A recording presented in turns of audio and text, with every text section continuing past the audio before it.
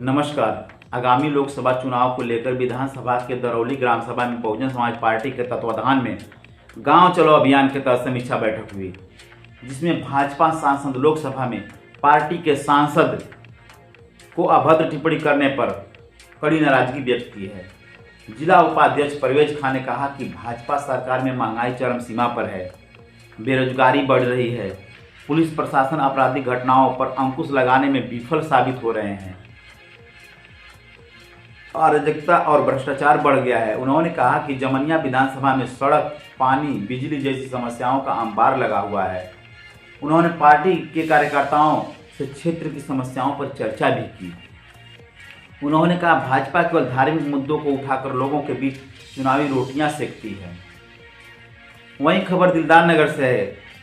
शासन के निर्देश पर सफाई मित्र सुरक्षा शिविर के तहत नगर पंचायत सभागार में कर्मचारियों का स्वास्थ्य जांच अधिशासी अधिकारी मनोज कुमार पांडे की देखरेख में हुई।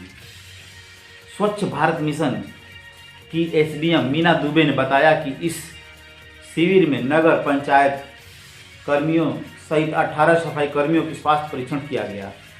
इस दौरान स्वच्छता के विषय में विस्तृत जानकारी दी गई।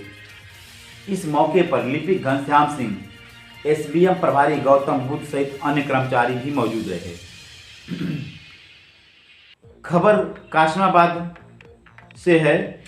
उप जिलाधिकारी राजेश प्रसाद ने सोमवार को बृहद गोवंश आश्रय केंद्र परजीपाह का एक पखवाड़े में तीसरी बार निरीक्षण किया। इस दौरान पहले के मुकाबले सफाई संतोषजनक पाई गई। उन्होंने व्यवस्थापक को निर्देशित किया कि केंद्र की सफाई प्रतिदिन कराई जाए।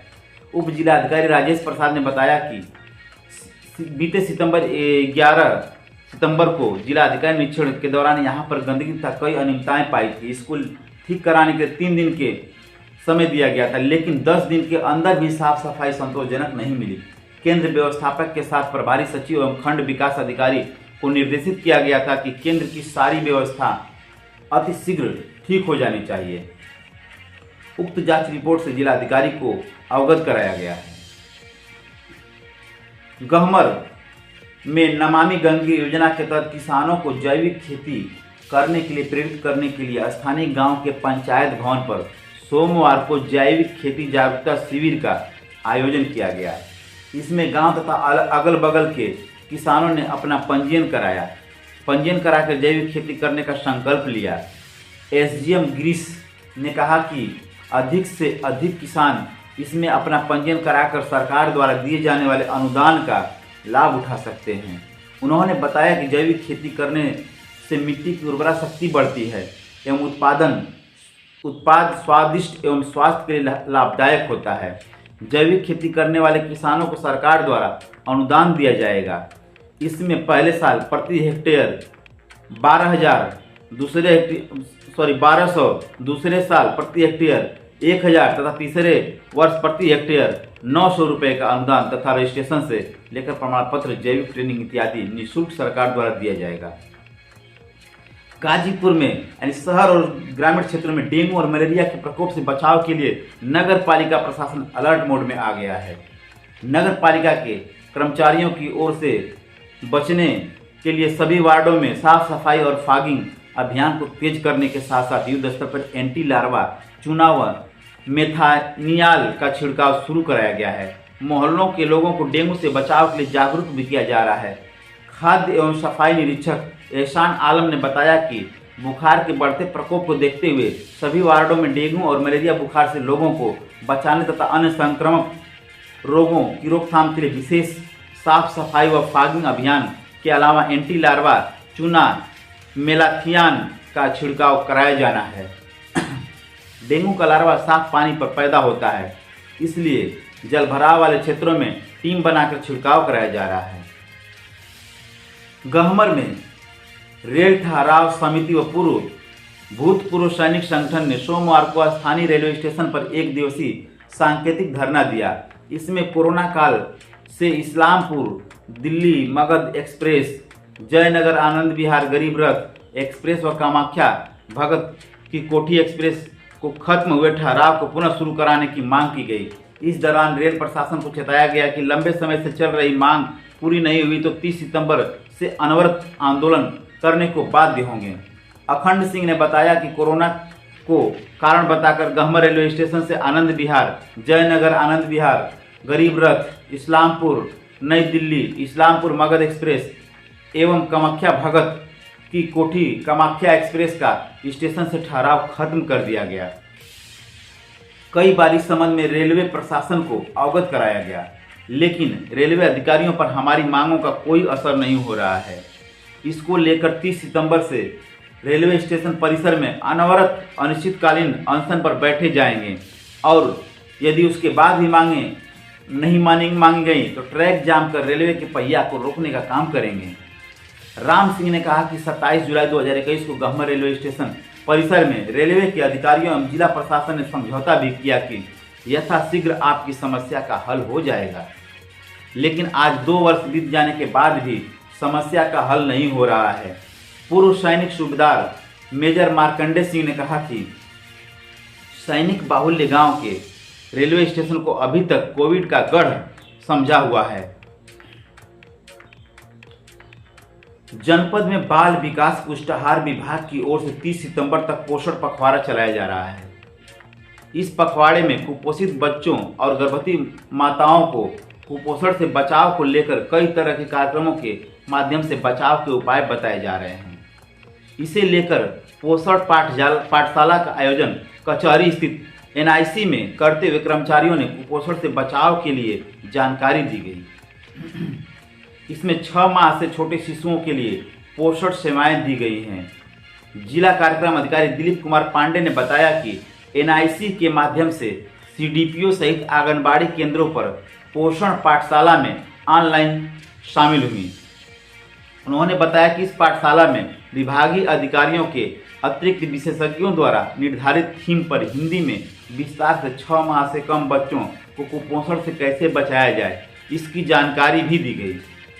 इसके साथ ही साथ स्तनपान छोटे बच्चों में क्या महत्व, आंगनबाड़ी कार्यकर्तियों के पूछे गए सवालों का विशेषज्ञों ने जानकारी दिया। पाठशाला में कुपोषण के कारण दुष्प्रभाव एवं उसकी बीमारी, कुपोषण दुष्चक्र, कुपोषण की अवस्थाएं एवं पहचान के साथ ही वजन, लंबाई, ऊंचाई के तरीके के साथ ही माप लेते वक्त की जाने वाली गलतियों की जानकारी दी गई। इस दौरान CDPO प्रशांत सिंह, CDPO एजाज अहमद, शायरा परवीन सहित अन्य लोग भी मौजूद रहे। गाजीपुर के जंगीपुर थाना क्षेत्र के शेखपुर चट्टी के पास वाराणसी गोरखपुर 4 लेन मार्ग पर सड़क हादसे में गलत लेन से जा रही सीमेंट लदी ट्रैक्टर ट्राली के सामने से मऊ की तरफ से आ रही डंपर ट्रक की टक्कर हो गई, जिसमें ट्रैक्टर ट्राली पलट गई। ट्रैक्टर पर सवार चालक राजेश कुशवाहा उम्र 35 वर्ष, मजदूर भुवर यादव, गोविंद कुमार, तीनों निवासी शेखपुर, ट्रैक्टर पलटने पर उनके नीचे दब गए। तीनों को गंभीर रूप से घायल हो गए हैं। ग्रामीणों द्वारा बाहर निकाला गया। स्थानीय ग्रामीणों ने तीनों को उपचार के लिए जिला चिकित्सालय में भर्ती कराया। सूचना पर पहुंची जंगीपुर पुलिस ने ट्रैक्टर चालक को हिरासत में लिया और ट्रक चालक को हिरासत में लिया। सड़क हादसे के बाद सड़क पर दुर्घटनाग्रस्त वाहनों के पड़े होने के कारण बड़े वाहनों का घंटों तक आवागमन बाधित रहा।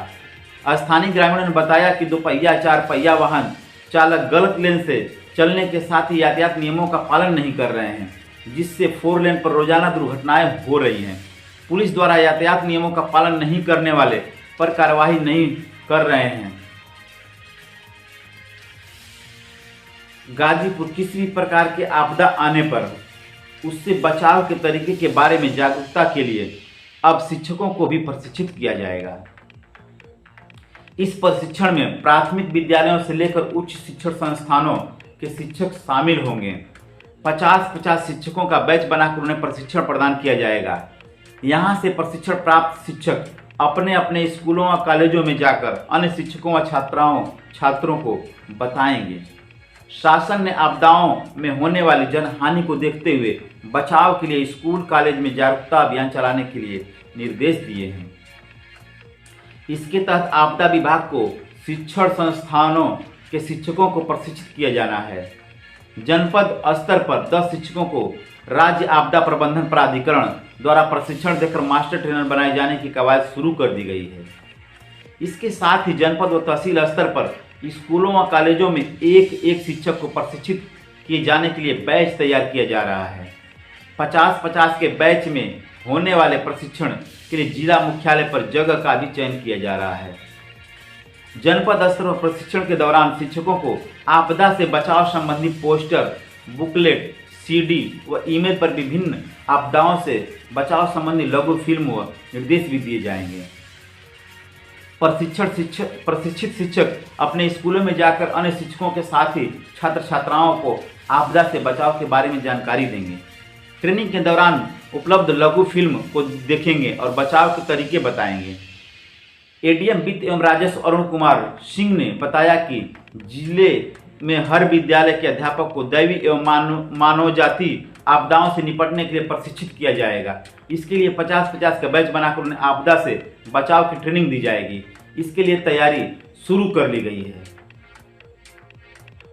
महात्मा गांधी रोजगार गारंटी योजना में भले ही जॉब कार्ड धारकों को निश्चित रोजगार की गारंटी देने का प्रावधान है, लेकिन इसे लेकर मनरेगा सेल की ओर से भी दावे किए जा रहे हैं कि इसके बावजूद धरातल पर हकीकत उलट है।